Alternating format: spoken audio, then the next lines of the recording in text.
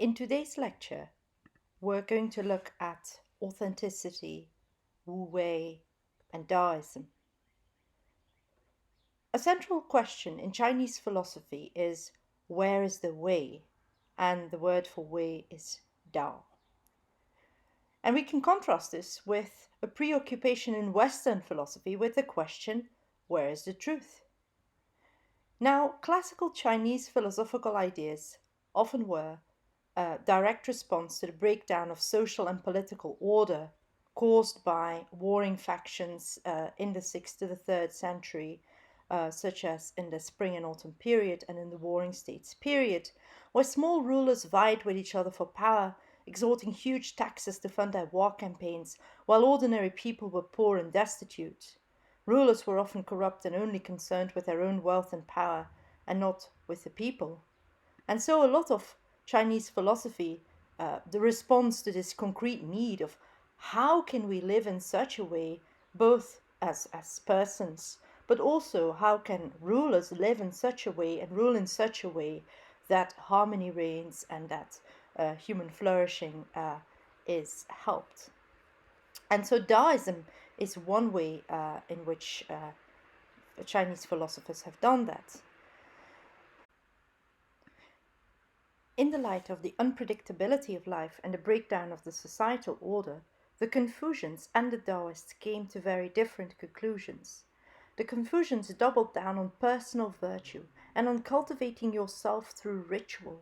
So, for example, Confucius saw the sage kings of the Zhao dynasty, such as King Wen and the Duke of Zhao, as moral exemplars who had it all figured out, and they had created the right rituals for us to observe. If only we followed their rituals, the social order would be restored. The Taoists were very skeptical. They disagreed. They were skeptical about the achievements of civilization, and they actually thought things had started to go downhill with the Western Zhao. The Zhao rituals, far from solutions to the breakdown of society, actually sowed the seeds for the subsequent war and political strife. Instead of ritual, which Confucians saw as a way to make us civilized and to harmonize us, Taoists prize a more authentic, simpler way of being that is less focused on externalities and that prizes authenticity. So there is this tension between, on the one hand, sort of cultivating yourself through rituals, as the Confucians argued and as we've seen the past weeks, and the idea of authenticity and following nature as an exemplar. Let's look at one Taoist classic, the Dao De Jing, which translates as the classic of the way in virtue. It's one of the classic Taoist texts attributed to Lao Tzu, a semi-legendary, perhaps mythical figure who is said to have lived in the 6th century BCE. It's a very much translated book, actually one of the 3 most translated books ever, together with the Bible and the Bhagavad Gita, but it's also a very difficult book to read, written in inaccessible aphoristic prose. So the Dao De Jing had an immediate concern, namely the problems of empty granaries, starving people, but well-fed rulers who don't govern well. And to solve these persistent problems, Lao Tzu advocated a return to a mythical utopian past which went further back than the sage kings of the Zhao dynasty. In this utopian past, people lived harmoniously with nature in a simple, anarchistic, agrarian way of life, in harmony with nature and the seasons. The way is a perfect and transcendent principle that is even more fundamental than heaven or earth. It is so transcendent that you can't name it. The only thing you can say about it is what it isn't. Yet, the authors of the Dao De Jing give it the name the way, as can be seen in that excerpt here, by lack of an alternative. And this excerpt is the famous opening lines of the Dao De Jing, which have been translated in various ways and give you a sense of the mysticism that pervades the book. The Tao that can be walked upon is not the enduring and unchanging Tao. The name that can be named is not the enduring and unchanging name. Conceived as having no name, it is the originator of heaven and earth. Conceived of as having a name, it is the mother of all things. Always without desire we must be found. If its deep mystery we would sound, but if desire always within us be, its outer fringes is all we shall see. Under these two aspects, both named and unnamed, the Tao is really the same, but as development takes place, it receives different names. Together, we can call them the mystery. Where the mystery is the deepest is the gate to all that is subtle and wonderful. Now, Lao Tzu believed that it all started to go horribly wrong when people began to cultivate the virtues. And he was very skeptical about the Confucian virtues, such as benevolence, righteousness, and wisdom. All that cultivation is the wrong way to go. A major theme in the Dao De Jing and in Daoism in general is Wu Wei, which is commonly translated as non-action. Lao Tzu thinks that the suffering, violence, and political upheaval in the world can be cured not by ritual, as the Confucian thought, but by non-action. Non-action isn't literally not doing anything, though it could be that, but it is acting in a way that isn't self-conscious or that is aimed at self-improvement.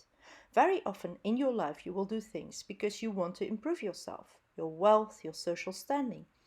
Doing things because you want to improve yourself is the wrong way to go. According to Taoists, your actions need to be spontaneous.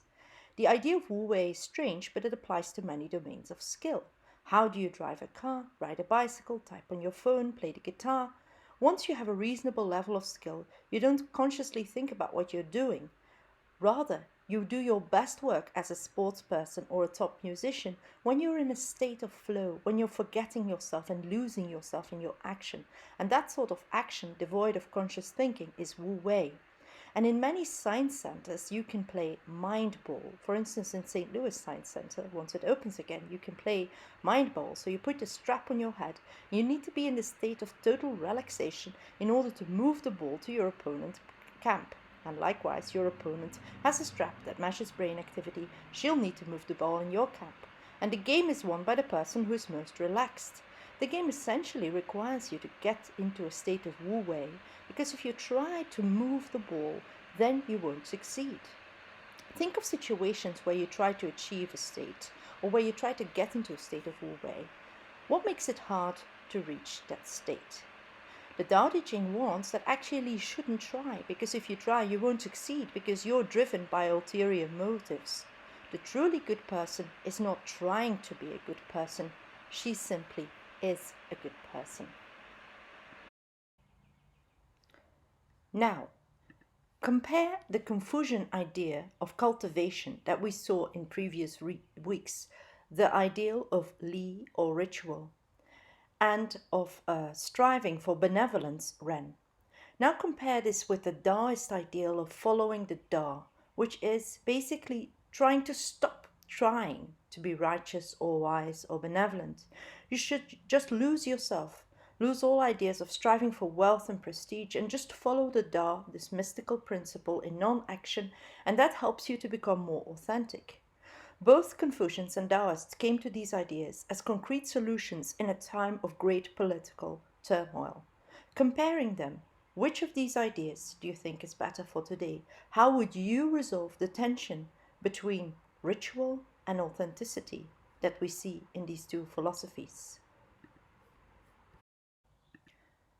Another important Taoist philosopher is the philosopher Zhuangzi, or Zhuangzhu, of whom we know very little, except that he lived in the state of Song in the Warring States period in the 4th century BCE. He was roughly a contemporary of Mengzi, but Mengzi does not mention him. And he didn't call himself a Taoist. The term Daoism was only later applied to his philosophy. His book is divided into three sections, the so-called inner chapters, outer chapters, and miscellaneous chapters. And just like Mengzi and like Gongzi, you basically don't have a philosophical text as most philosophical Western texts are, but rather it's a collection of different stories that feature animals and various characters and that are very humorous and still articulate coherent philosophy that prizes following the way and authenticity. To give one example, in one of the stories, you have Huizi, who is a friend of Zhuangzi, who says, I have a large tree, which men call the Alanthus. Its trunk swells out to a large size, but it's not fit for a carpenter to apply his line to. Its smaller branches are knotted and crooked so that the disc and square cannot be used on them. Though planted on the wayside, a builder would not turn his head to look at it. So, this is a useless tree, what do I do with it? And Zhuangzi says, have you never seen a wildcat or a weasel? There it lies, crouching and low till the wanderer approaches. East and west it leaps about, avoiding neither what is high nor what is low. And then there's the yak, so large that it is like a cloud hanging in the sky. It's large indeed, but it cannot catch mice. You, sir, have a large tree and are troubled because it is of no use. Why do you not plant it in a tract where there's nothing else? There you might saunter idly by its side, or in the enjoyment of untroubled ease sleep beneath it. Neither bill nor axe would shorten its existence. There would be nothing to injure it. What is there in its uselessness to cause you distress? So basically, and you see this also throughout the Zhuangzi. Zhuangzi is saying you shouldn't be worried about that something isn't economically useful or useful in any way. You could just enjoy it like you could enjoy this tree. A very clear demonstration of Zhuangzi's philosophy can be found in the second chapter with the famous butterfly dream, where Zhuangzi dreams he's a butterfly, or is it the other way around? Now, if you compare this to Descartes, the French 17th century philosopher, Descartes used dreaming as a way to challenge us, to say, well, you think you know things, but what if you're really sitting by the fire? You think you're sitting by the fire, but actually you're dreaming and you're lying in bed, in your bedclothes. And that was a source of great anxiety for Descartes. Now, if you compare it to the butterfly dream of Zhuangzi, then you'll see that Zhuangzi doesn't at all mind that he's not sure that he's Zhu, which is the first name for Zhuangzi, it's his first name. That he's not sure whether he's Zhu dreaming he's a butterfly, or the other way around, a butterfly who's dreaming that he's Zhu.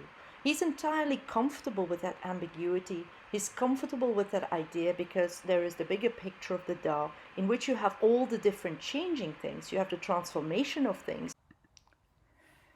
Finally, we saw above how Lao Tzu advocates that we retreat from the world and go into a state of simplicity far away from concerns of prestige, wealth and fame. Zhuangzi is also very critical of such concerns, but his solution to the problem of how to lead an authentic life is different. He recognizes that often there is no escape from the world. We can't all be recluses who retreat into a cabin in the woods. We sometimes need to go out there and make money.